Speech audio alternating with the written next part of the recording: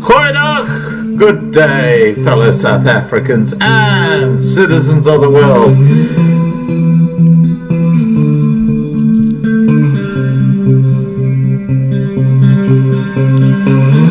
I've been looking around for salvation. I've been looking around for the truth.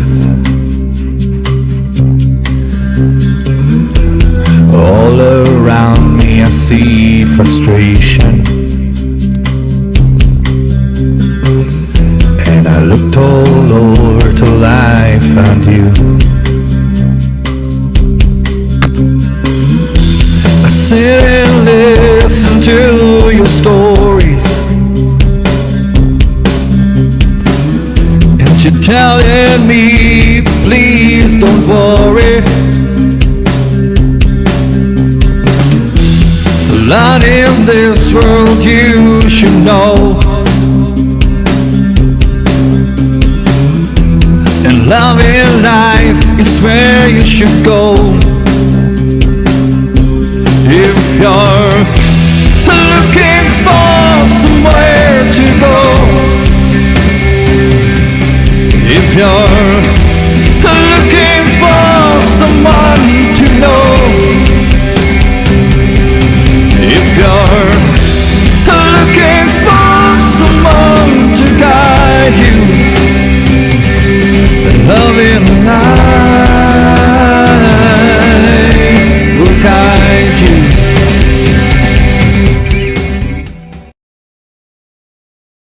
Goeienaand, good evening, fellow South Africans and citizens of the world, and welcome to tonight's live stream.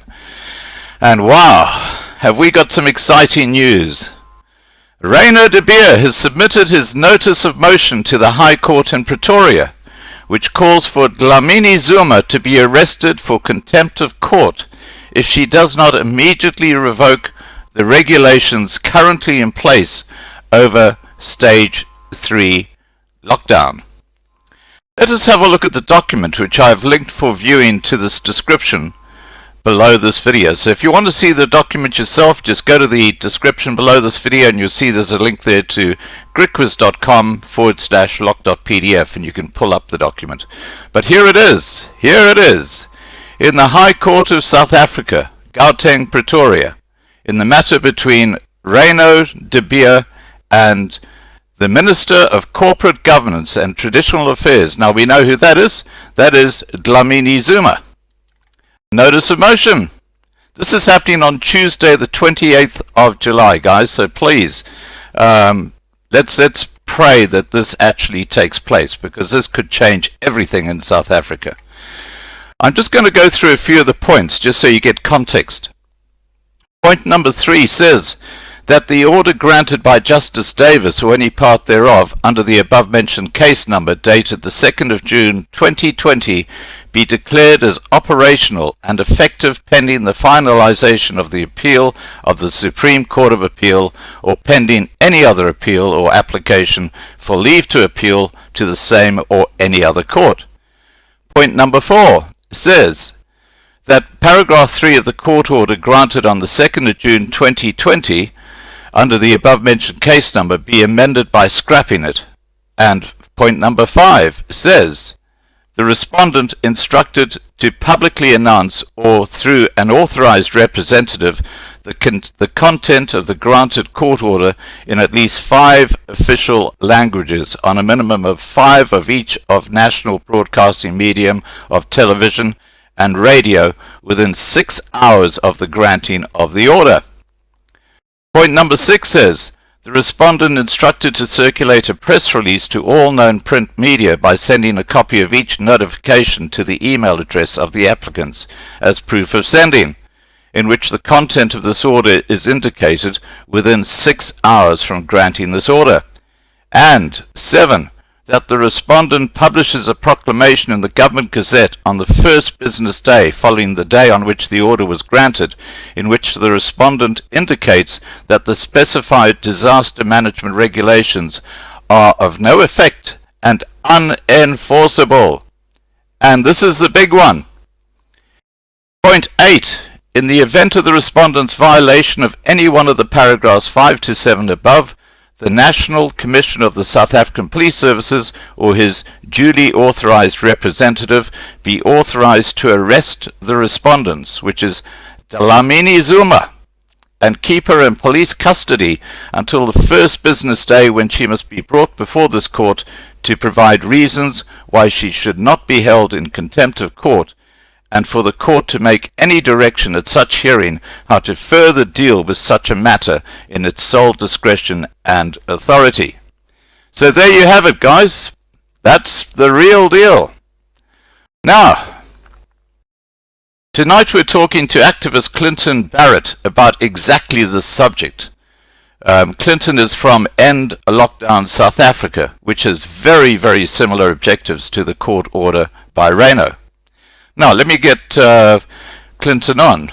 Here we go.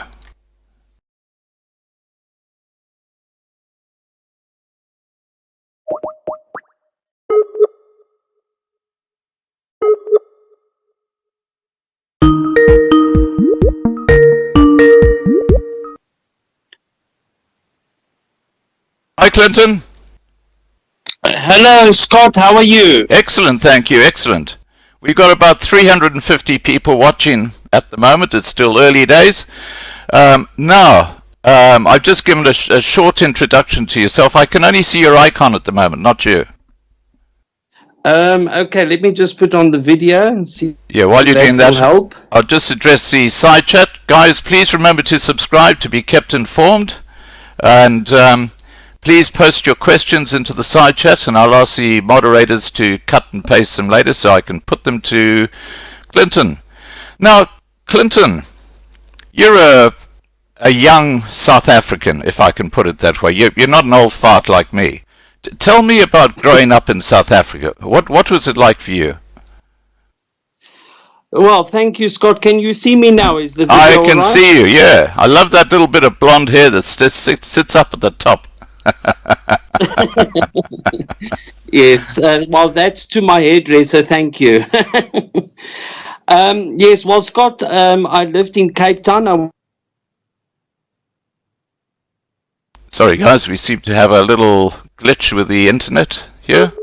East of Cape Town. And yes, and then I moved to Roodepoort, and now I'm staying here. So greetings from Pretoria. Greetings. Now, tell me, did you you were born after the 1994, weren't you? No, I was born in 1981. Oh my gosh, you look a lot younger. Okay. Yeah. But you wouldn't have been you. involved in the voting process or anything like that under the apartheid system. No, Okay. no. All right. Now you've given us a bit of background to yourself. Tell us how End Lockdown South Africa started.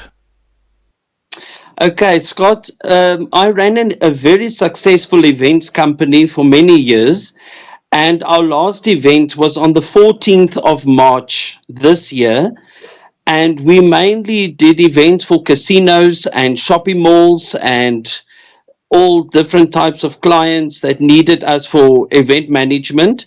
But due to the lockdown, we're not allowed to do events anymore. And I'm self-employed, and also a lot of people rely on me for an income. And now due to the lockdown that has come into place, we're not allowed to have events anymore. So instead of just sitting on Facebook as a keyboard warrior and just moaning about it, I decided to do something about it. And what I did is I got onto Google, and I got onto all different kinds of platforms to look for the right people at government to send my grievances to, and I got over 520 email addresses, which I sent to you also, Scott, and I see you received it. I'm actually very tempted. I'm actually very tempted to release Cyril Ramaphosa's phone number tonight.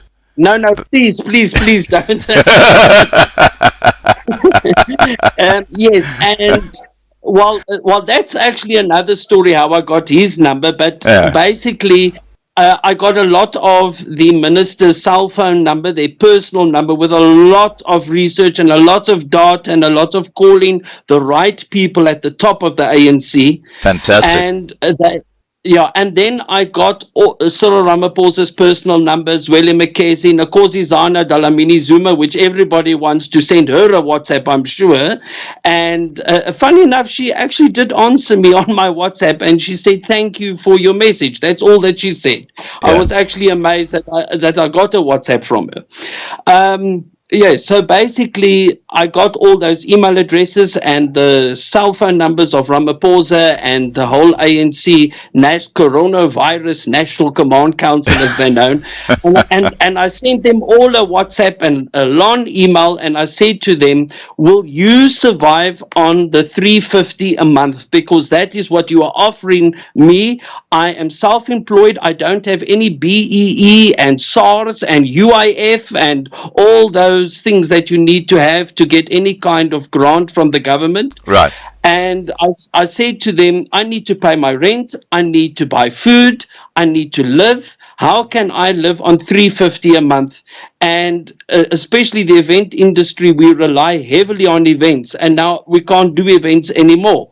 So firstly, they replied to me and said, "Thank you for the email." And then they said, "How did you get our email?" So I said, "With a lot of research and determination, I got it." And funny enough, they've been very cordial with me, but they still don't really answer me about the 350. Will they survive on 350 a month? And then I asked on Facebook some people, are they maybe struggling in the same situation that I am? Maybe they can't pay their rents, they don't have money for food, they've been retrenched. And then people started asking me, "But Clinton, can't you help us with the SASSA 350 grant?" Some people were struggling with the UIF grant. And I started to look for the right people at UIF, at the Department of Labor. I even got the Minister of Labor's email address in that 520 email addresses. And I started sending it to the people. I said, "Now you email them directly. Because if I can email them, you can email them also. And tell them how you are struggling." Right. Yes, and basically that's how End Lockdown SA started. And we started with 20 members. We're now at over 7,200. Well, I hope you put the link up to this live stream. Yes, Good. I did. I am the admin, Scott, of 25 WhatsApp groups. Wow. And the people WhatsApp me constantly. And it's a pleasure to help the people, but I also need to live. I need to survive. Absolutely. So I asked the people, "Look, I would appreciate a donation." And some give 50 Rand, some give 100 Rand. One lady paid in 2,000 Rand into my account from Cape Town. And I mean, I understand people can't give donations. They're all struggling in this time. Yeah. But I just said to the people, I can't continue with End Lockdown. I won't have money for data if I don't get donations. And the people did go out of their way to help me. But out of the 7,200, only a handful donate. I understand that everybody is struggling. Yeah. And then I decided I can also make websites. I used to be a radio presenter, Scott, in George, in the Western Cape. I was a radio presenter. I was also the youngest station manager in South Africa. I ran a radio station in George for a few months while the station manager wasn't able to get to the radio station. So, I mean, I was at the age of 20 years old. I was the youngest radio station manager in South Africa. That's quite an achievement. I have to tell you that all your details, banking details and all that stuff and what you do is down below this video in the description, so people can just go there and have a look at that. Now, thank you. Okay, so you set up End Lockdown South Africa. What are your views about let's start off with the cigarette trade, which is now the illegal cigarette trade, which is now booming. And apparently the police are now the main people who are actually handing out the illegal cigarettes that they've confiscated from shops. Yes, well, look, I don't know, Scott, if you are aware, but on the 25th of July, this Saturday, there's a big, massive Smokers Unite South Africa. They're having a big, slow drive throughout South Africa. Are you aware of that? I am. In fact, tomorrow night, 8 p.m., I've got the people who are running that particular protest on my show. Yes. Yeah, Linda, I've Linda, got. I think is her name. Yeah. Yeah, I've got. There's three people who will be joining me. Linda's one of the key people, and then there's. I've embarrassing myself here. I've got so much happening. I've gotten Trevor. I think it's Trevor. Yeah, Trevor. That's it. Trevor's coming on, and so is Reyno de Beer. Reyno de Beer is joining us as well. I know him very well. And so is Clay. So we got 4 people who'll be joining us. Okay, sorry. Yeah, carry on about the cigarettes. Yes, so I told your assistant here in South Africa, Marlena, I think her name is. Yes.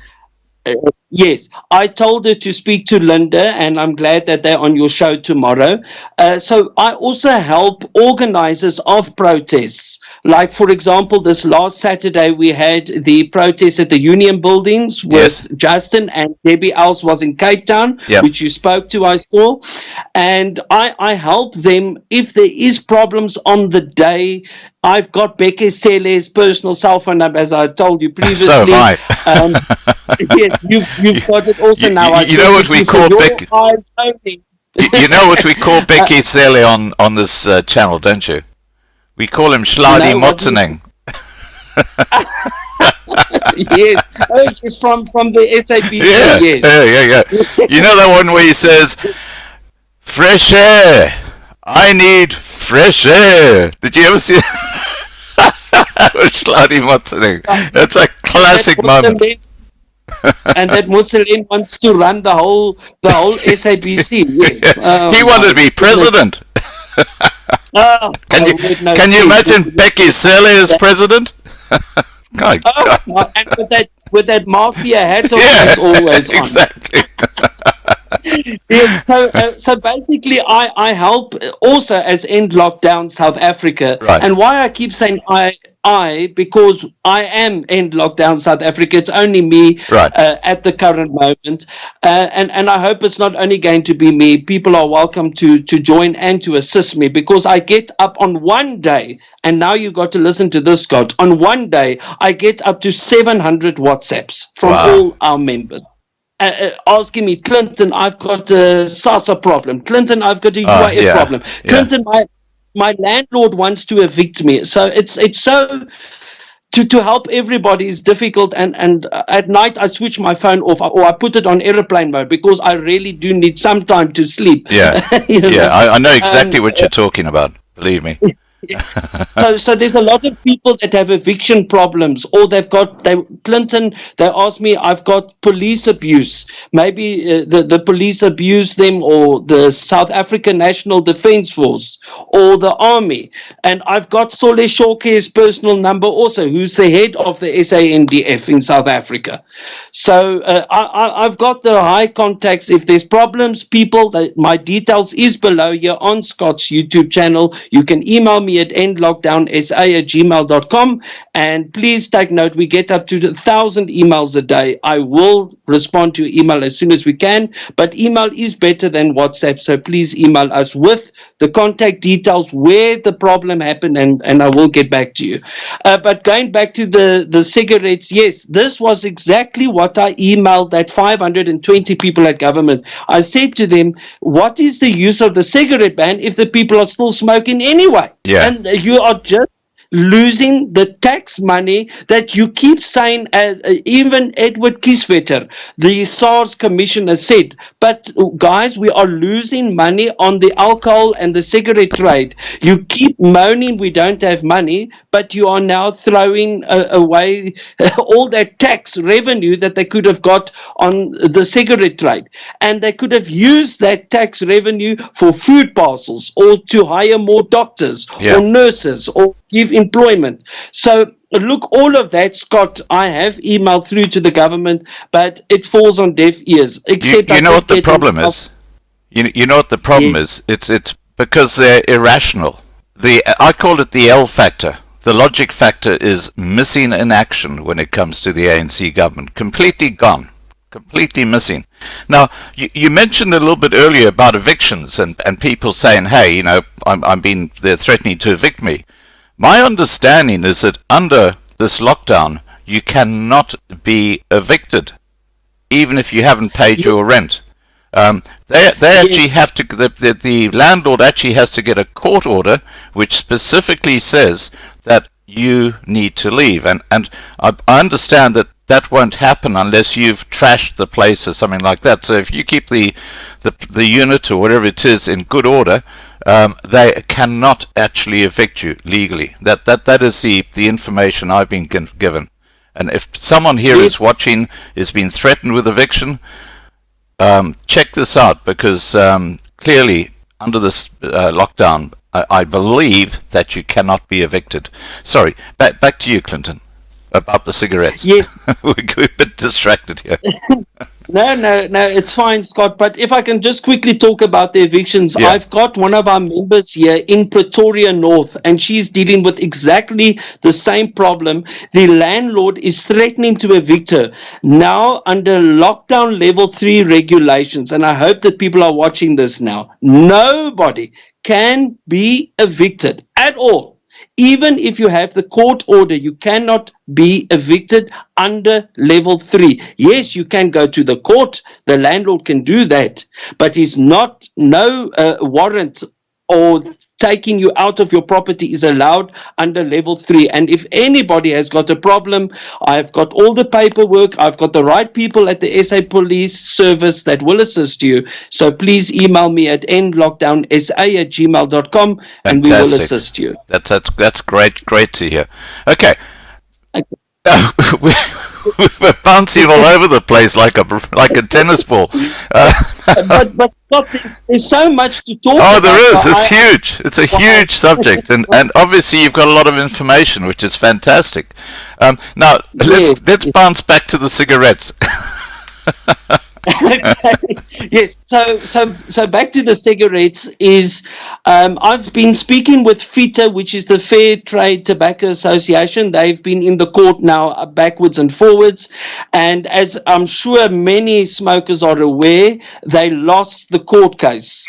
So it has now in front of the 3 judges. So just for people that don't maybe have law background, I don't really have law background, but I've been following this because I've got to update my members. A lot of my members are smokers, so I'm not a smoker myself, but now I'm fighting for smokers' rights. So yes, so basically they were in front of 3 judges, Scott, and 3 judges said no. Tobacco and cigarettes is not an essential item. So what happened was FITA went back to court and and now we are waiting to hear the outcome of the appeal case.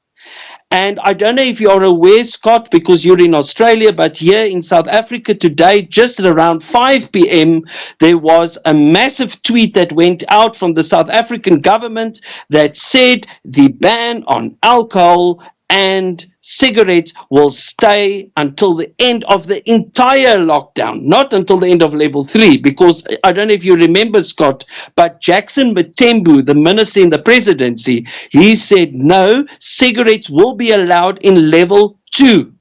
Now, I have heard that level 2 is coming on the 15th of August, but please do not quote me on that. I've just heard that we're moving to level 2 from very reliable sources at government. We are moving to level 2 on the 15th of August, but it's not confirmed. Please don't go to the media or anything with that. That's just what I've heard.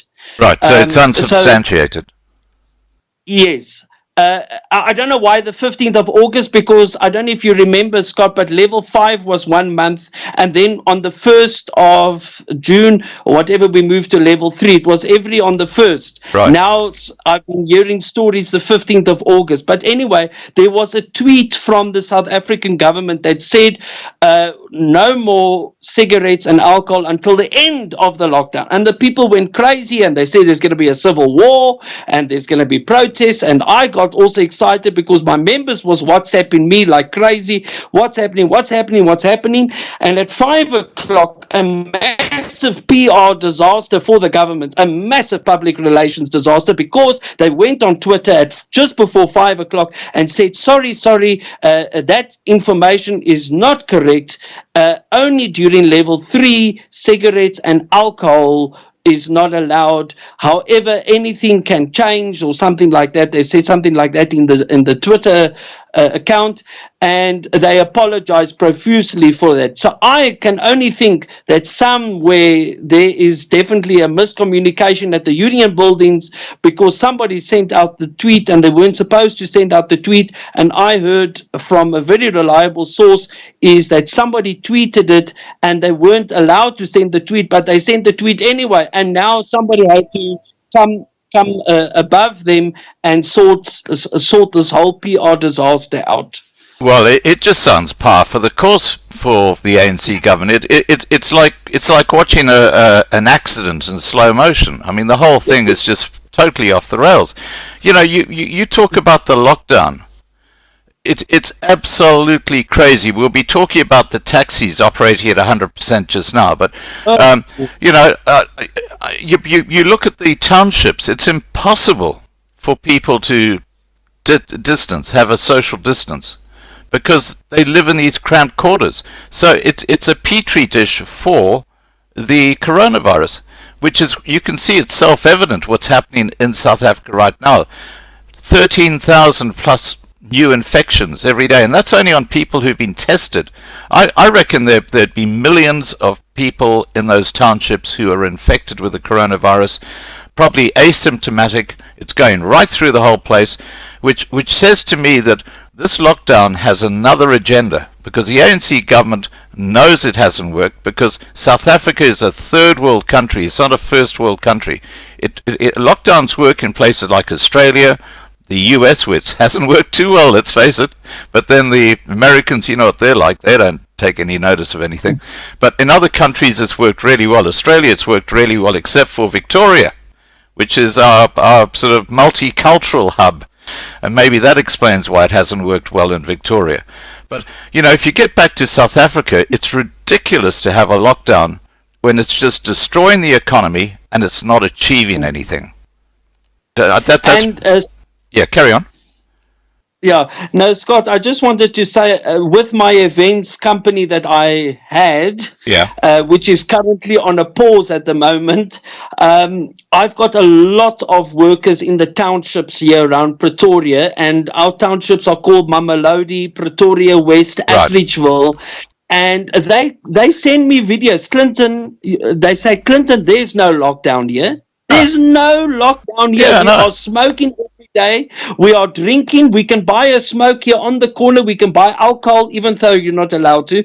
And they say, how can we social distance if we live in a small shack? Yeah. It's impossible. Exactly. And that's why I also emailed Ramaphosa and I said to him, you must come down to grassroots level, go to the locations and tell me, are they doing social distancing there? I can tell you right now, I can go with you in your fancy bodyguards with all your cars and a whole convoy, and we can show you there is no lockdown in the townships at all. Yeah. And it's only here in the suburbs. Yeah, I'm living in Pretoria East, and look, the people here are very obedient. They wear their masks, they go to the shop. The people practically look at me as like, why am I walking? If I walk to the shop, I should be wearing my whole hazmat suit and a whole big thing here, and like, how dare I walk out of your front gate, you know? But if you go to the locations and the townships, the videos that they send me, they say, Clinton, there's no lockdown here. The government is living in their fancy palaces, but they're not down on our level where they see how we cannot sit in a shack for 12 hours a day or whatever and not go out to look for food or get out. We can't sit in our shacks or in our little small with 4 walls the whole day. Yeah. So all of that I've sent through to Ramaphosa, and I said to him, there is no lockdown in the township. The best thing what we can do, and as end lockdown, that's what I believe, we need to just move on with our lives, live with the virus, practice Absolutely. social distancing, wear the mask, go on with life. Because, Scott, we have been living as humans with viruses for many years. Yeah. We have flu, we have TB, we have AIDS, we have all these things, HIV, and the list goes on. So why a whole lockdown for COVID-19 with a death rate of very small percentage, and many people recover from it, a high percentage, over 80%. I mean, I speak to government doctors and doctors. They say, Clinton, there is such a high percentage of recoveries.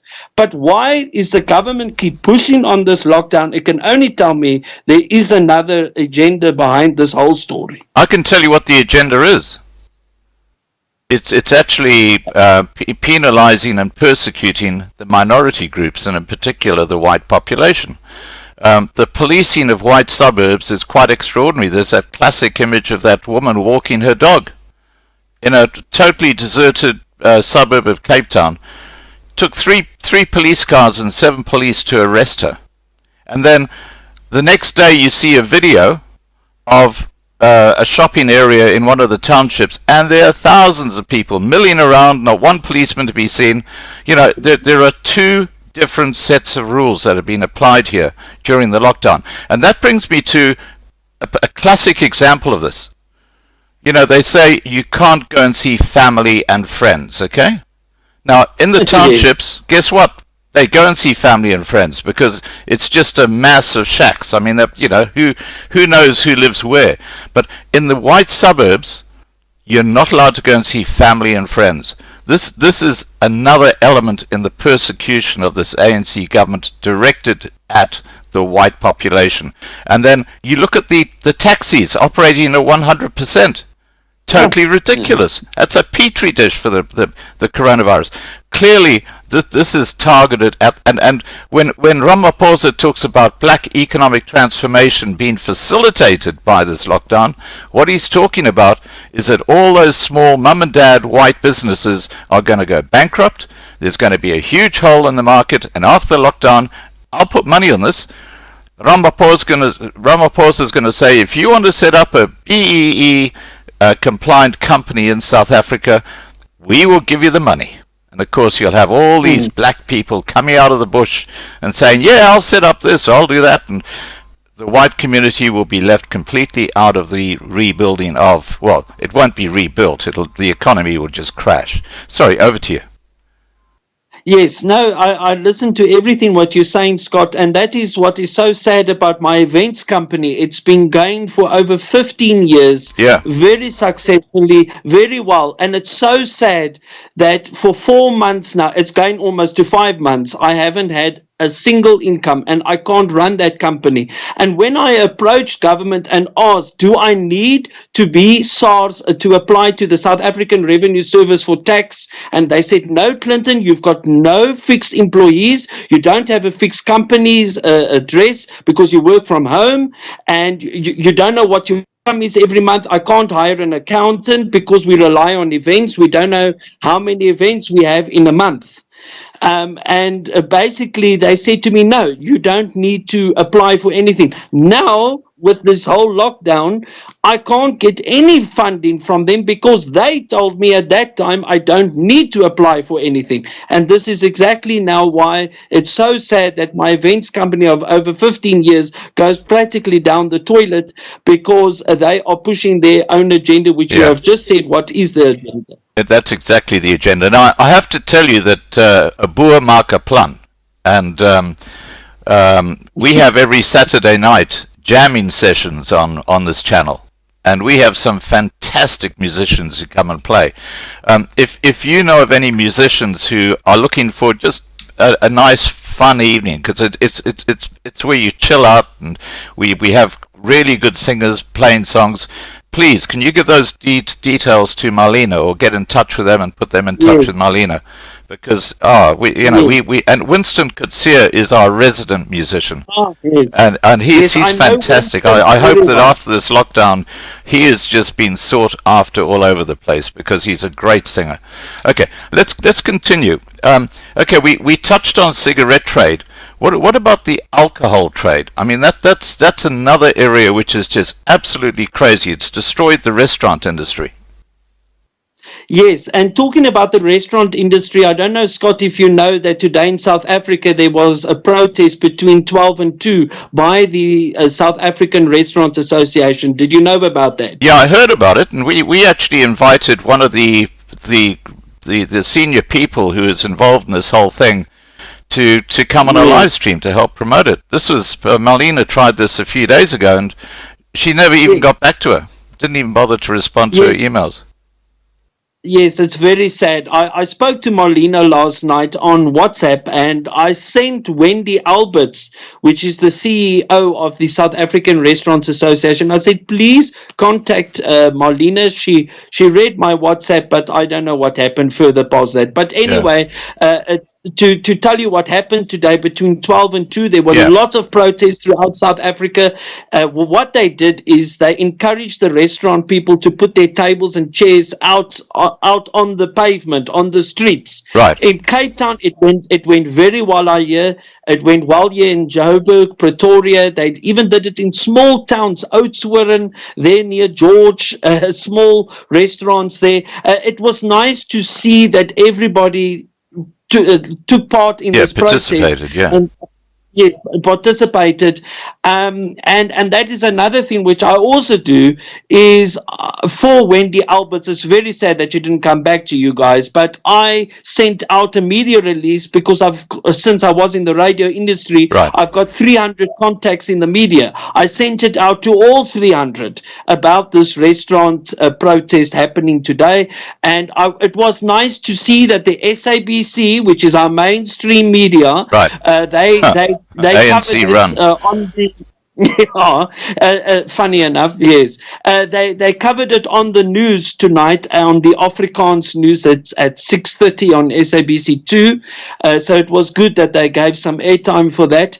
And also I saw Cape Town, they had a live stream on Facebook, and they were speaking to a man that works for the city of Cape Town, and basically you can hear his DA all the way, but he was just saying that the ANC keeps moaning that the country must be patient, keeps saying, sorry, the country must be patient, we will get through this lockdown. But he says, look how these people are saying jobs matter, jobs keep us alive.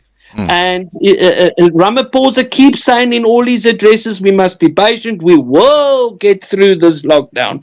But people want to know when, and that is why the people, if I can say the Afrikaans word, Scott, is getting gatvol of this nonsense. Look, they're past gatvol, I can tell you. They were gatvol weeks ago. I mean, it is explosive what's happening out there. People are just beyond that.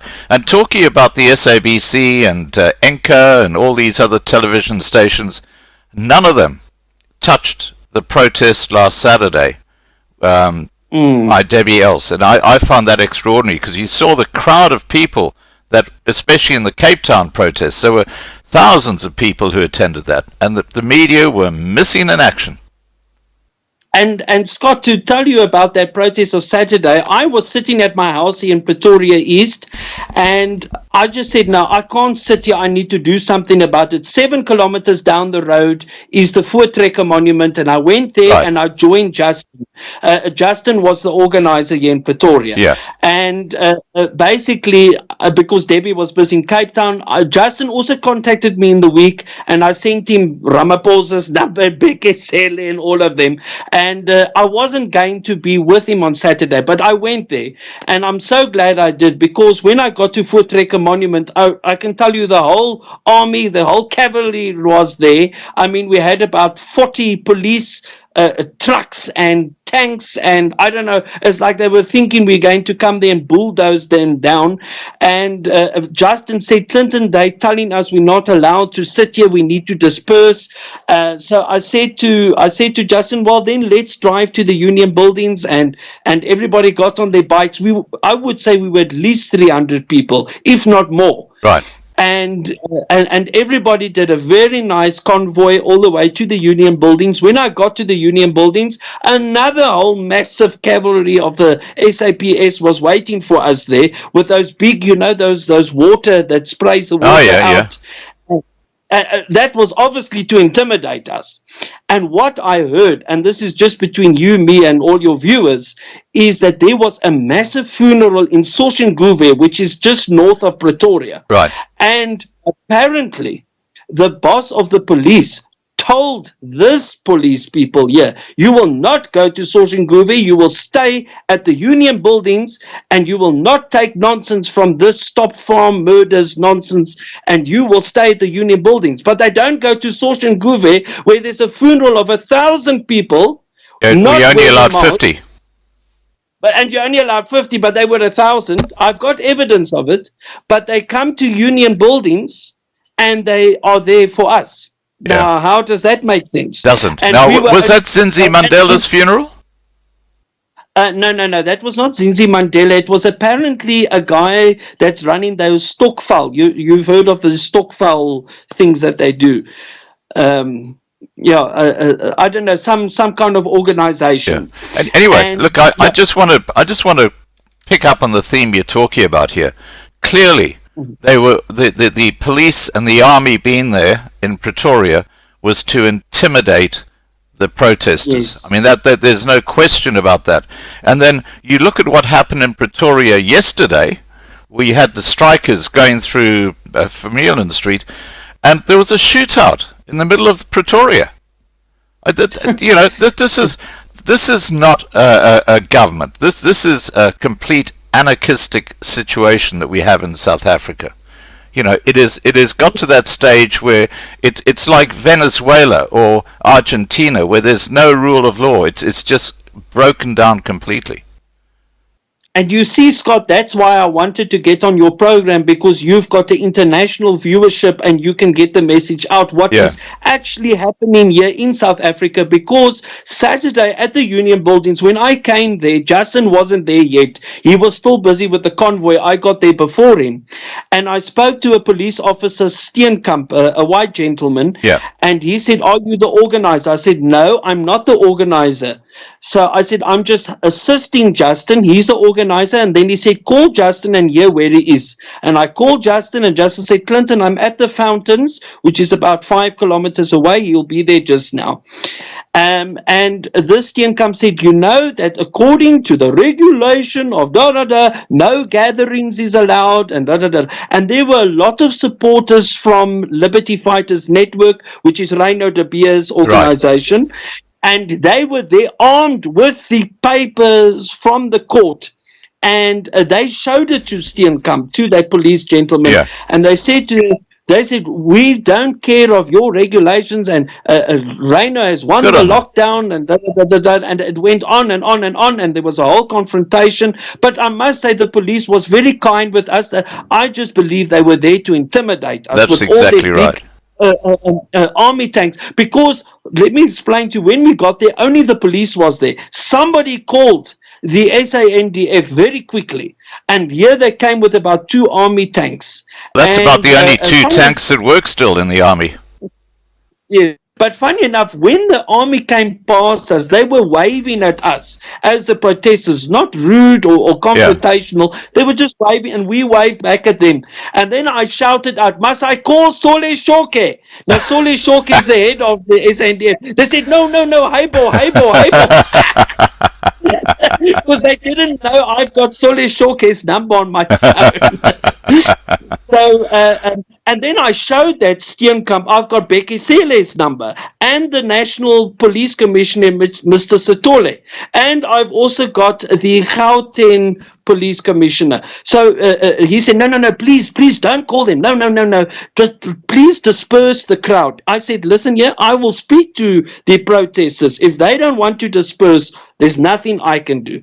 And I spoke to the protesters, and they were very adamant they're not going to go. And they all got on their knees, and they said, "We're not going to go at all." And then I looked quickly at a live stream of Debbie Else, and no really police hassles there by Debbie or anything. They were supporting them. Yes, the police was supporting them. Look, the police was very accommodating in the beginning, but then they kind of confirmed, look here, you are at a national key point, this is the Union Buildings of South Africa, and basically he said, please disperse the crowd. So I went to all the protesters. I said, look, I'm not Justin, I'm Clinton of End Lockdown SA. Can we all please disperse? And they said no. And then there was a pastor there in the midst, and he came, he gave a very good prayer for all of us, and he said, listen guys, listen what Clinton is saying, we want to arrange a bigger protest, because I told them, everybody, there's a pen and a paper, write down your number. So I added more people to all my WhatsApp groups, and I'm already over 7,000, and I told the people, we're going to organize a bigger protest, because we're only 300 people now, we need to be thousands, because that is my personal belief. The only way this lockdown will end, and even John Steenhuisen of the Democratic Alliance said, the only way the lockdown will end is if we end it ourselves. Exactly, and right. I agree with Steenhuisen about that. I don't agree with him on everything, but I agree with him about that. The people is full now of the lockdown. And a lot of people say to me, Clinton, we are here for the farm murders. We are here because I've lost my job. Clinton, we are here because you can sit in a taxi at 100% capacity, but you can't go have a braai with your friends, which is only 3 people or 2 people or whatever the case might be. So I got the people to settle down, and they must probably thought, who's this little pipsqueak coming here to tell us big boera we're going to go? And I said, no, I might look small, but I'm powerful. and funny enough, they were very accommodating. Everybody gave a big laugh because they think, who's this little pipsqueak here? And they all wrote their number down, and I added them to the WhatsApp group, and I said, guys, we are busy to arrange a bigger protest. Let us just go. You've made your point today. The police is here. Yes, they've intimidated us, but we're not going to just leave it here. I'm a person that doesn't give up easily. As you've seen, I told you in the beginning of this interview, I really went out of my way to get the right people at government to email. Right. I've even emailed the CEO of big companies. I'm talking about when I had a problem with my bank. I emailed the CEO of CAPITEC Bank. He was so amazed. How did I get his email address? He said, Clinton, how did you get this email? This is not on any social media. And I said, but actually, it should be on social media because your customers are frustrated. And then Vodacom, I had a problem. I even emailed the CEO of Vodacom. And I'm a very determined person, like I told you before. I'll go out of my way. And I told the Steenkamp of the police, I said, listen, the people said they agree they will go. And we did one last ride around the Union Buildings, and then everybody dispersed. And they actually came to me. They said, Clinton, you made our lives so much easier. And I said, yes, I might look small, but they say dynamite comes in small packages. Now, just for the record, we've got about 700 people watching at the moment. Guys, if you're new to the Loving Life channel, please make sure that you subscribe to be kept informed. Tomorrow night we're going to have the Smokers Unite leadership on our channel at 8 p.m. And we're going to have Reyno de Beer. He's a guy who has got that court action going up against Dlamini Zuma, who hopefully will be imprisoned. Now, that hearing's been heard on the 28th, Tuesday the 28th. And if it goes ahead, Dlamini Zuma has literally got 6 hours to send out press releases saying that these regulations are no longer valid. That's going to be a very, very interesting situation. And I wouldn't be surprised if Ramaphosa doesn't declare a state of emergency.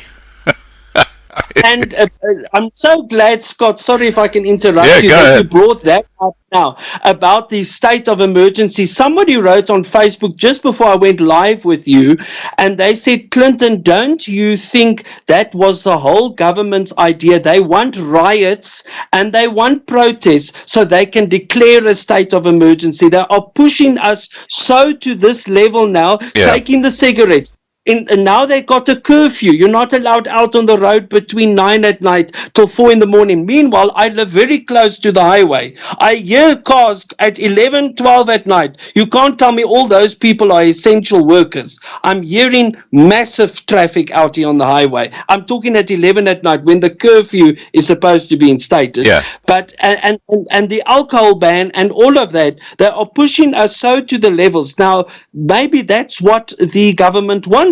They want to declare a state of emergency because they want the riots, and then they're going to say, you see, this is exactly what we wanted. Now we can put in that state of emergency. Well, let's hold it off until Tuesday when the current version is thrown out. And oh my gosh, I would love to see Dlamini Zuma behind bars. I mean, I would I would pay money for that. Seriously, I would love to see that happen. Now, and sorry if I can just quickly say, Scott, I was with Reyno de Beer at the North Gauteng High Court on the 20th, I think it was the 2nd of June, if I'm correct. When he won. Yeah, no, not when he won. When they went to do their appeal case, I think that was the 2nd of June. I'm not sure the date, but it's when he went to appeal the. When the government, went to appeal the court case, yes. Yes, and then the government hired that Wim Trengrove, that was Nelson Mandela's lawyer, paying him 60,000 rand an hour to defend. Yes, 60,000 rand an hour. Taxpayers' money. By our money. Every time the taxpayers is paying, it's going to him now. Anyway, so they couldn't even use their own counsel. They used a Trengrove, which has been paid so much money. Anyway, long story short, his argument, I was sitting in the court, was that the lockdown was implemented to save lives. And Reyno's lawyer and the whole Liberty Fighter Network lawyer said, hi corner, because people are losing their lives. People cannot survive. People are committing suicide. I just heard it today on Facebook, somebody committed suicide. They can't pay their rent anymore. They don't have food. They're begged by it's everyone. Terrible what's Nobody happening. can help. It really is, and that's why I'm glad for your program, Scott. And now you said there's so many people watching, and people must share and like your video, because really we need to get the message out there that things are not so wonderful here in South Africa. It's very dear mekaar at the current moment. And basically, Nkosazana Dlamini Zuma's lawyer for the government said this lockdown, lives are important, more important than the economy, and more important than this and this and this and that. And Reyno's lawyer was practically saying, yes, but also the economy, people need to live, they need to survive, they need to put food on the table, and your regulations is not making sense, because at that time, I'm talking now before the curfews and all of this, we had that you couldn't buy flip-flops. And you couldn't buy T-shirts. Yeah. I mean, remember Crazy. that law from Minister Ibrahim Patel? The regulations didn't make sense at all. I have to tell you that this saving lives is a load of BS. It's all about power. It's they love to have the power. That's what it's all about. And just so you know, on this channel we refer to Cyril Ramaphosa as Hippo Eyes, okay? Hippo Eyes. And of course now we talk about him wallowing in the mud, because that's what hippos do. So, when you think of Ramaphosa, think of him wallowing in the mud. Now, let's move on to another point here. Alcohol. We touched on this just now. You can't even have a beer or a glass of wine at a restaurant. What's that all about? Yeah, now that is something that I spoke to Wendy Alberts about, the CEO, and I so wish she was on your program. And I also emailed that through also to the National Coronavirus Command Council, as they love to be called, which is actually just all the ministers. I mean, at the end of the day, the NCC is the ministers, is the cabinet. So I don't know why they must have a fancy title, but it's to give another tender to somebody. But anyway, I said to them, but you can't sit at a restaurant and have a glass of wine or anything like that. Can anybody explain that to me? And that was also what Wendy said today. They spoke with the tourism minister and they gave her all their list of demands. She said, Wendy Albert sent out a voice note to all the groups, and she said that the tourism minister was very accommodating, but at the end of the day, it's not the tourism minister, it's the collective ministers that must make the decision. But that whole thing about the alcohol, that you can't sit at the restaurant, and the restaurants rely on nighttime trading especially. And now with the curfew, they have to close at 7 so that the staff can get transport to be in their home before 9 o'clock. I don't know if you heard about that man in Bredasdorp. He was a restaurant owner and he dropped off his staff 7 minutes past 9 and he got a 1,500 Rand fine because he dropped his staff 7 minutes later. That's crazy. Look, you mentioned the NCC. And I love acronyms because you can put all sorts of words behind those letters. And to me, the NCC is the Naughty Children's Club. You know, those little naughty kids in the classroom. And I always refer to, it's about time the adults in the room got up and took over. And you know what I'm talking about. Yes, and not only that, most of our ministers are over the age of 70. There's a retirement village going on. And they've all got dementia. It's self-evident. You just listen to them talking. It's like listening to something in slow motion. It's like the train wreck that's happening in the country. Did you hear Nkosazana Dlamini Zuma, what she said at a massive press conference at the Union Buildings? You know why we are doing the alcohol ban? Oh, you do that voice so well. Because the people cannot behave when they are drinking. I love that police minister. Minister talking like that. I mean, really, it's a joke. I love that police minister who said, "This machine, this breathalyzer, is so that you can check to see how much blood there is in your alcohol." And let's talk about the transport minister, Fikile Mabula, that said that it eats the virus. It will eat it in the yeah, that was in the airplane, wasn't it? Because he says it eats the virus. You see, it will eat. So really, I think the ministers need to really resign and go on with their lives now. Because honestly, the youngest minister in South Africa's cabinet is Ronald Lamola, which is our Minister of Justice. And I don't know how he got in, if they maybe found him at the creche or something, but they quickly pushed him. I have to tell you something. We talk about the children running the classroom. You know why Julius Malema and all his guys wear these red overalls, don't you? No. Because that way you can't see the nappies.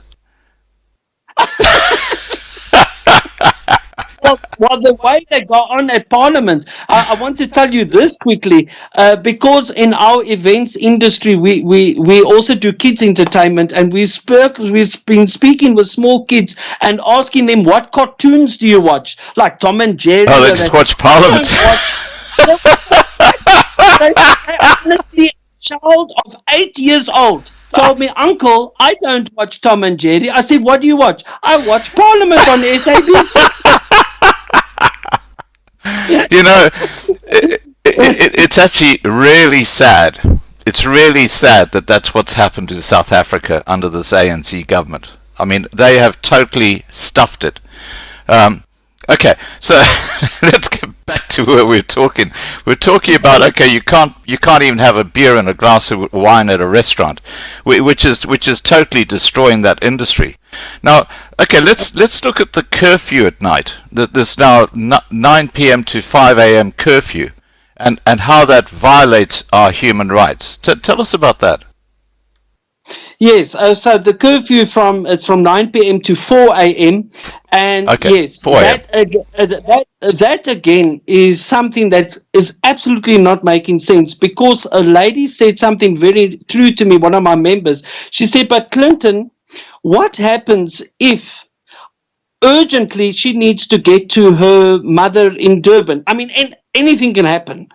And she's now not allowed to be out on the road between 9 and 4, so she must book into a guest house, or whatever the reason is, she's not allowed to be on the road. There's so many reasons why the curfew doesn't make sense. And also, I've also said to the government, which they still can't answer me on, I said, can you explain how does the curfew, the virus is sleeping, but the virus is awake, I mean, between 9 and 4. That's why you mustn't be out. From 4 in the morning, he's now sleeping now. So, and they actually, they can't answer me because their brains can't think logically. What I'm actually is being sarcastic with them. But the best person to speak to you about the curfew will be tomorrow night on your show is Reyno. He's Right. got a lot of stories about that. But I just want to ask quickly, Scott, if you don't mind to interrupt you. Yes, in Australia, are you guys having curfews, and how's your lockdown? Well, I have to tell you, we don't have a lockdown. We've got 2 active cases in the whole of Queensland. Two active cases. And that's a population of over 4 million. And they know they're both in isolation. One guy came from overseas. He was from the Australian Defence Force, and, they've got him in quarantine. The other person is in intensive care. That's it. And I went shopping yesterday, and I went to a huge shopping centre. And everybody is just going around. All the shops are open. The coffee shops are open. People are sitting around tables, and it's like it was pre-March this year. That's what's happening here. But no one was wearing masks. Masks are actually very bad for you. Wearing a mask is actually very bad for you. Now, in Victoria, however, which is our southern state here on the east coast of Australia, there they had nearly 500 new infections just yesterday. They've got a real issue, and we have a border lockdown so that no Victorians are allowed into Queensland. But that's a different story. But yeah, look, Queensland is fantastic. All the sports are now coming to Queensland because the sportsmen can actually play here because there's no coronavirus. Sure. Now, I was just wondering, because we don't really hear much on our news about Australia. That's why I was just wondering how's it going there. But anyway, let's get back to South Africa. Okay, now so the curfew we were talking about. Oh yes, and the human rights violations. So tell us about how that violates our human rights. Well, yeah, that's a very good question. And I've also asked members, because, look, I'm still young. I don't understand the whole laws and everything. But I've been asking my members for some of their comments about the curfew. And they said, but it's said very well in the Constitution. You will not, nobody's allowed to restrict you from doing trade and to earn an income. And that can mean any time of the night, any time of the day. And there are a lot of people that work at nighttime, that can only work at nighttime. Yeah. So what the government is doing is they are taking away our human rights. And definitely one of them is the curfew, because now they're telling you from 9 to 4, you will not go out of your premises, you will not go visit friends, you will not visit family, you will not work. You will not this, you will not that. And remember, like, for example, my industry, which is the events industry, a lot of my events were at nighttime. So how on earth can I make an income where events were allowed, but you're not allowed out at 9 at night? So, I mean, it's but crazy. Like I explained to you, Yeah, like I said to you, Reyno will be the best to speak to you because he's got it all in his court papers. So if we can leave that question for Reyno, Yeah. he can answer you much better on that. Absolutely, absolutely. Now, okay, we touched on this a bit earlier. This is a classic example of how the ANC government are persecuting the minority white community, and I'll just put in a thumbnail, then I'll just ask you to expand on the whole thing. And what we're talking about here is how taxis can be 100% full during obviously the hours when they can move around, but that's a petri dish for the coronavirus. I mean, it's just the virus goes through that group, but you can't visit family or friends. Now that makes the old L factor again, missing in action, logic factor, completely missing in action. Now, please tell us your thoughts about these two crazy regulations that the ANC government have brought in. Yes. Now you see, Scott, that was exactly what I emailed again to the government, and a lot of my members are WhatsApping me that during the day, and they say, "But Clinton, it doesn't make sense. You can sit in a taxi with no social distancing, but when you go to, let's say, for example, a school child is in that taxi. When he gets to the classroom, he must sit 1.5 or 2 meters away from his classmate, but he was sitting next to that classmate in the same taxi." Yeah. I mean, it doesn't make any sense at all.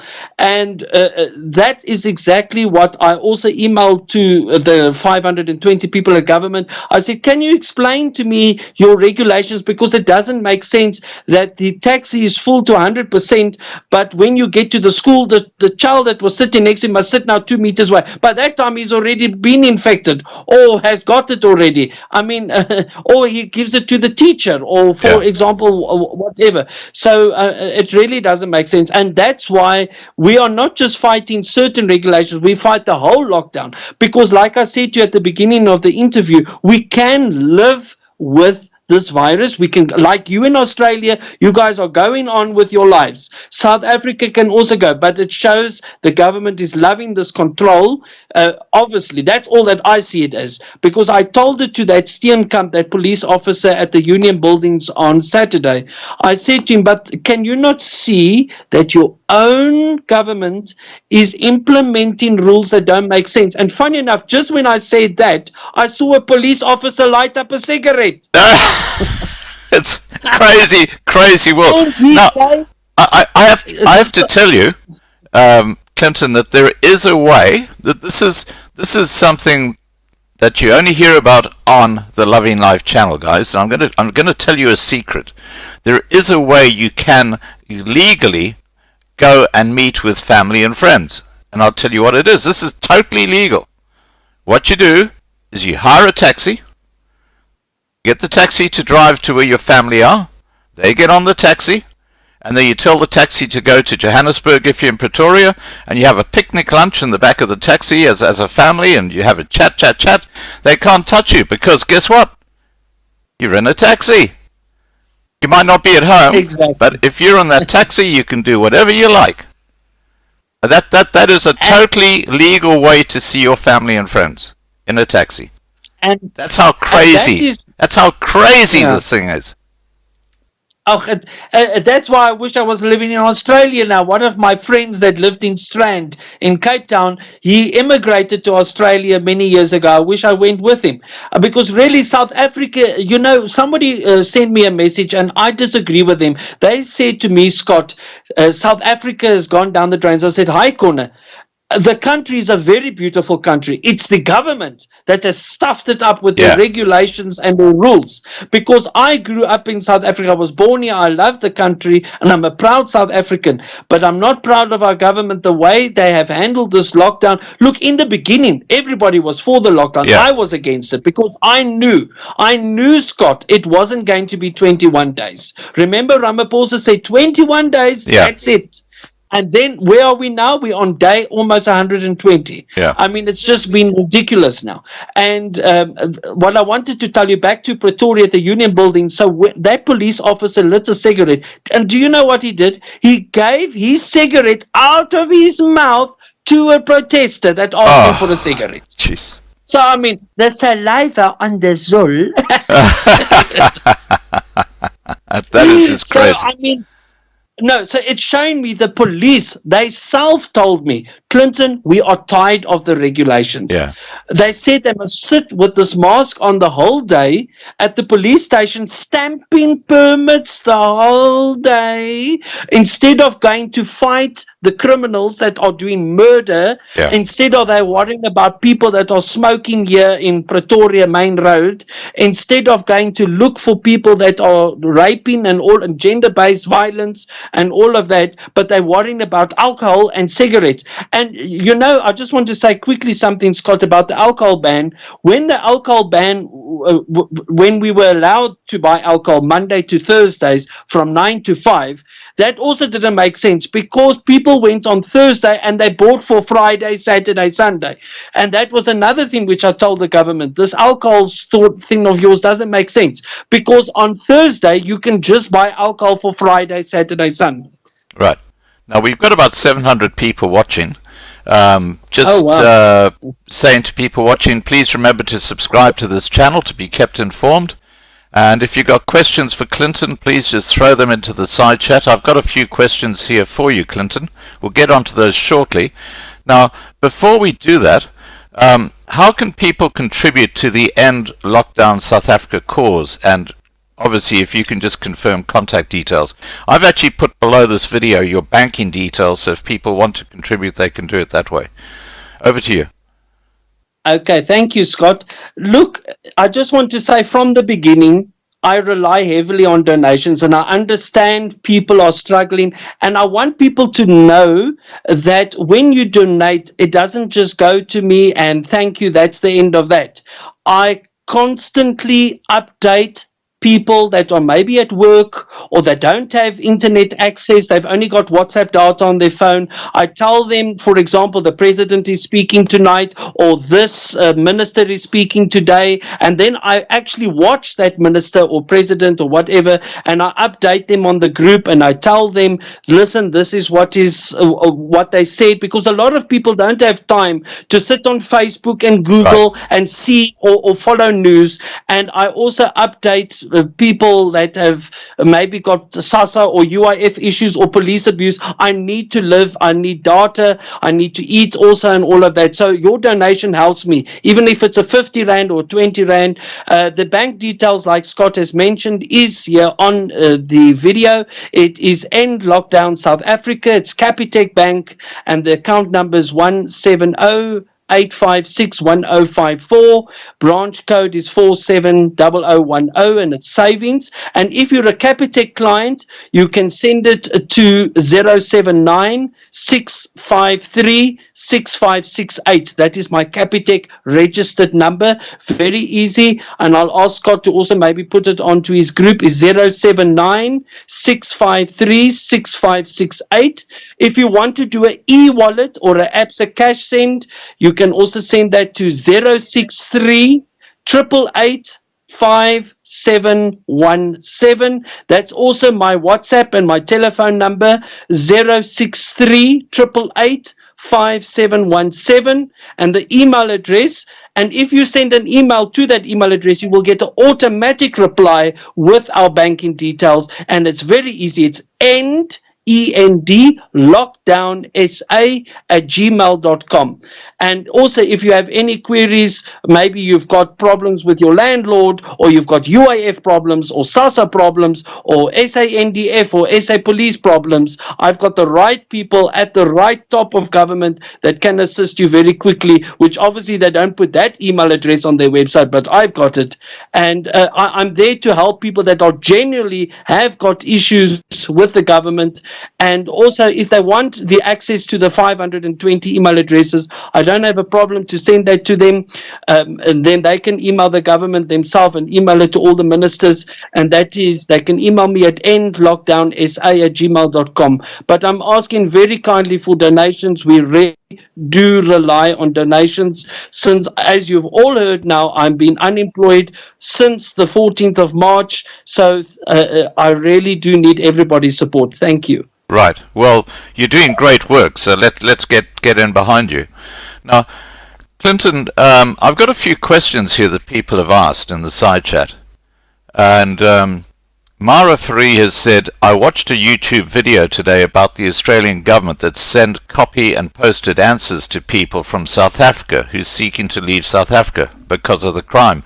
Now, Mara, if you could please just send me that link, or the video, YouTube video, I'd like to have a look at that and see what it's all about.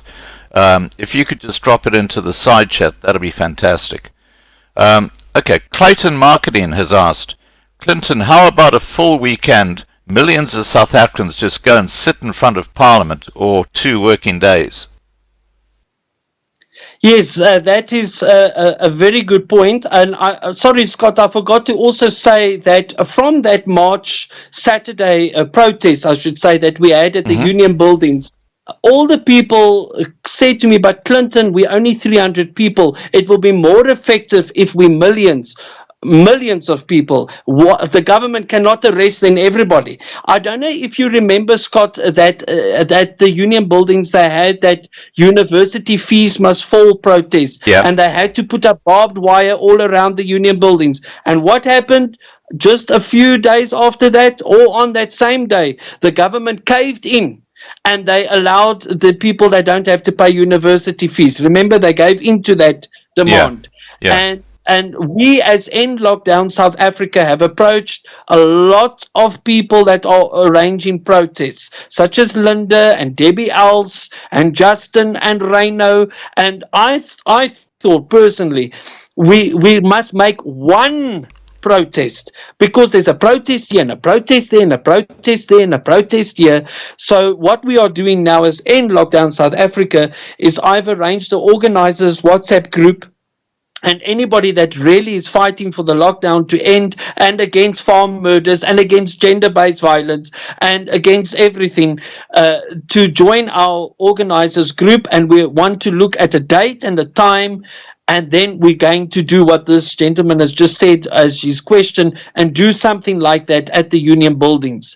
But look, that's going to, I can't do it on myself. I need a lot of support. So anybody that is interested to join our organizers group can email endlockdownsa@gmail.com. But then you must be committed, that you mustn't really have too many commitments, and that you really want the lockdown to end, or against farm murders or so forth. Then you can join our organizers group, because we are working behind the scenes, Scott. We're not just sitting. We are not being keyboard warriors. We are really busy to arrange a very big protest and at the Union Buildings. And we want to get big speakers there, such as Big Daddy Liberty, Debbie Els, Bev McLean, that did the petitions of the cigarettes. She got 650,000 people on her contact list. Wow. So, I mean, that is the kind of, she's the kind of people that we want. And we want to get speakers for the day. The thing is, I believe the lockdown will end if the people are going to make it in. But at the moment, the government is saying, oh, well, everybody's just carrying on and nobody's really worried about the lockdown. So, well, we'll just keep in level 3.1, And but if we put pressure on the government, which I did, and funny enough, after I sent them that continuous emails, and I said, when is the president going to address the nation? It was not a few hours later, here I got an email from the government. He's speaking tonight to the nation. So I don't know if it was just my email, but I think pressure works on them. If you don't give them pressure, they're not going to do anything. But when Ramaphosa gets up and speaks to the nation, it's like it's actually quite disgraceful, his speech, because he gives lectures on how to clean your hands and wearing a mask and all this sort of stuff. He doesn't actually give any news or anything of importance. He's just wasting people's time. It's absolutely disgusting. Yes.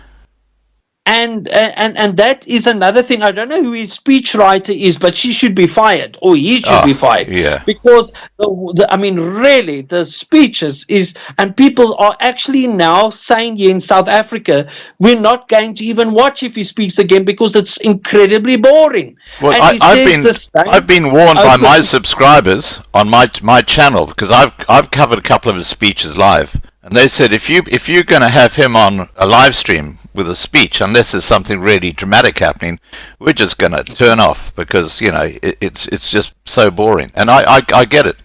Now, okay, Michelle Mullet has asked a very, very relevant question. She says, please suggest to Clinton that crashing the economy is their way to getting their hands on the trillions of rands in the pension funds. Now, they're talking about doing that through the infrastructure crap. What are your thoughts on that? Yes, funny enough, I have heard of that also, and there's also so many conspiracy theories, and there's so many stories behind the stories. But I think what that lady has mentioned is incredibly important and true, because that is obviously what the government wants. They want to crash the economy. And you also mentioned at the beginning of your interview to push the BEE and all their factors. Black economic transformation. Yes. Yeah. Yes. And so what that lady has said, yes. And that is why we as End Lockdown is fighting against this thing for not only a certain industry and we're for everybody that is tired of the lockdown. And that's why I got hold of Reyno de Beer, and every time he sends me information, like I saw before you went live with me, he sent you also his court papers that was filed. And he sent that to me, and I sent it out to my 7,200 members. Great. Because that's another thing what End Lockdown SA is doing. Reyno is so busy, he can't answer everybody's WhatsApp. Yeah. But I during the day, I'm also busy, but I can answer the people. And they ask me, Clinton, what does Reyno mean here? And Clinton here. And also a lot of people don't know how to get hold of him, or don't know his number or whatever. So I update regularly our members about Reyno and his very good cause, what he's doing. So it's also good for me to get Reyno's message out to the people. And a lot of people, Reyno has got some of his own WhatsApp groups, but I've got 7,200. So the people contact me because maybe they don't know how to get hold of Reyno. So that's how End Lockdown also assists people that also have got eviction problems. Then I ask Reyno what is his whole story about the eviction orders, because he knows more about the law than what I do. Right. So I'm really just trying to assist everybody where I can. Yeah. Now, Fiona's made a really right on the money comment. She says, I've said it'll end when there's nothing left to steal. I mean, that kind of sums up South Africa, doesn't it, under the ANC government? I mean, really it does. Yeah. Okay, now, Annie says, I think it's Annie Clinton, what about petitions that we can share far and wide? Do you send out petitions? I will help all I can to spread them. What are your thoughts on petitions? You see, for me, personally, petitions don't work. I feel the same. Yeah, because I can send petitions. That's not the problem. I've got a very big database. Sorry, I forgot to tell your viewers. I've got 100,000 people on my phone, 70,000 people on my email, and I've got 18,000 people on my WhatsApp. My actual family is actually watching this now. My family in George. I asked them to watch. Well, hi there, family in George. Yes, and they know I've got 18,000 contacts on my WhatsApp, and they actually can't believe it. And I've also then got the WhatsApp groups of over 7,000 people, and then I've also got 300 Facebook groups that I'm admin, and I'm also watching regularly. So I can do petitions, that's not the problem, but I believe personally they don't work. That's why I told my members, if you want the email addresses of the government, email them directly, because if it's coming from just me, it's not going to work. Like, I take your name and your surname and your ID number, whatever, and I email it to the government. But if Auntie Poppy there in Port Elizabeth emails from her personal email address directly to that 520 people, it's more personal. And I believe it will get the message out better. It comes from not only Clinton, Barratt of End Lockdown, it must come from people in Durban, in PE, in George, wherever, Yeah. and they email them directly. That's why I believe petitions don't work. But yes, Bev McLean has done a wonderful job of the petitions for the cigarette smokers, and I know there's a lot of people doing petitions, but as End Lockdown, we don't really encourage that. I encourage people to email the president and the ministers directly. From their personal email address, so that it seems more personal and it will get the message through, I think, better. Fantastic. Now, I would obviously encourage you to send the link to this live stream, which I'll send to you after the live stream is over, to everybody that you know, including your 100,000 people on your phone, to your WhatsApp groups, to your Facebook. Put it on everything, because I think this has been a very, very informative live stream, and I've certainly learnt a lot from it. And people here are saying, what a cool guy this fellow is, Clinton, you know. Yes, and like I was telling you at that Union Buildings protest, these big boere there with their big muscles, and here comes a Pipsqueak. But like I say, I might be small, but dynamite comes in small packages. And I'm a person that fights like Reyno. Reyno is a liberty fighter, and he's fighting for all of us. And me personally, I want to encourage all your viewers to please tune into your show tomorrow night and watch Reyno, because Reyno is very clued up with the whole court and what is happening with the government and everything. So I will be watching the show definitely tomorrow, and I really want to encourage your viewers also to donate to Reyno. He's struggling also financially, as far as I know, and you know, we cannot survive if the people do not assist me. And I mean, I've got 7,000 members, but only 20 people donate. I can't go on like that, Scott. I really ask, even if it's a 20 rand, really, what is 20 rand? You've got 700 viewers now. So please, if you can donate, what is 20 rand or 50 rand? Please help us in any way, because I need, for my daughter, I need to continue this fight. I email the government every 2 or 3 days. I keep pounding them with that over 520 email addresses, just to tell them that the people, I know it might sound silly to keep sending to 520 people, but unfortunately I can't rock up at the Union Buildings just as me. With all my contacts on my phone, that's not going to mean anything. But if I email them, and the right people, from Becky Sele, from Cyril Ramaphosa, to all of them, they do read it, and I get a red receipt that they've read my email. So at least I know they are reading it. And even if they just glance at it, but at least it shows them, and I make the subject, we are tired of the lockdown, or the lockdown must end. Or, so I'm at least doing something instead of just moaning on Facebook about it. Okay.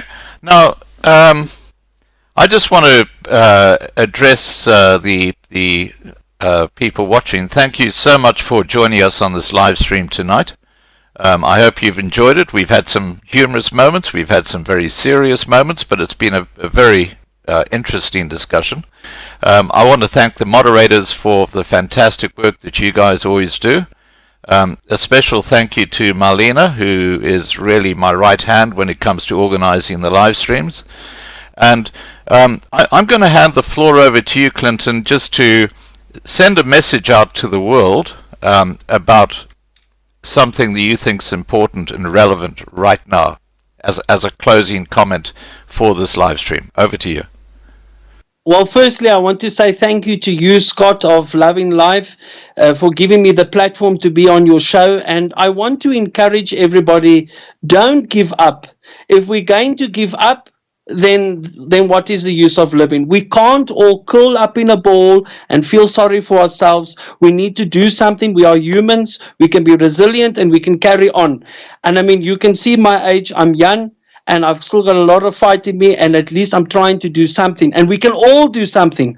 I'm so tired of people saying to me, but Clint, what can I do? What can I do? Well, watch this programs and see what you can do. You can email me at endlockdownsa@gmail.com and please assist us. We need a lot of organizers. We're going to arrange a massive protest, and don't say on that day, oh, we didn't know about it, because I'm really going to get the message out there. And that's how you can help, is instead of just sitting and moaning on social media, you can assist us. So send an email to endlockdownsa@gmail.com, even if it's a donation or however what you can do.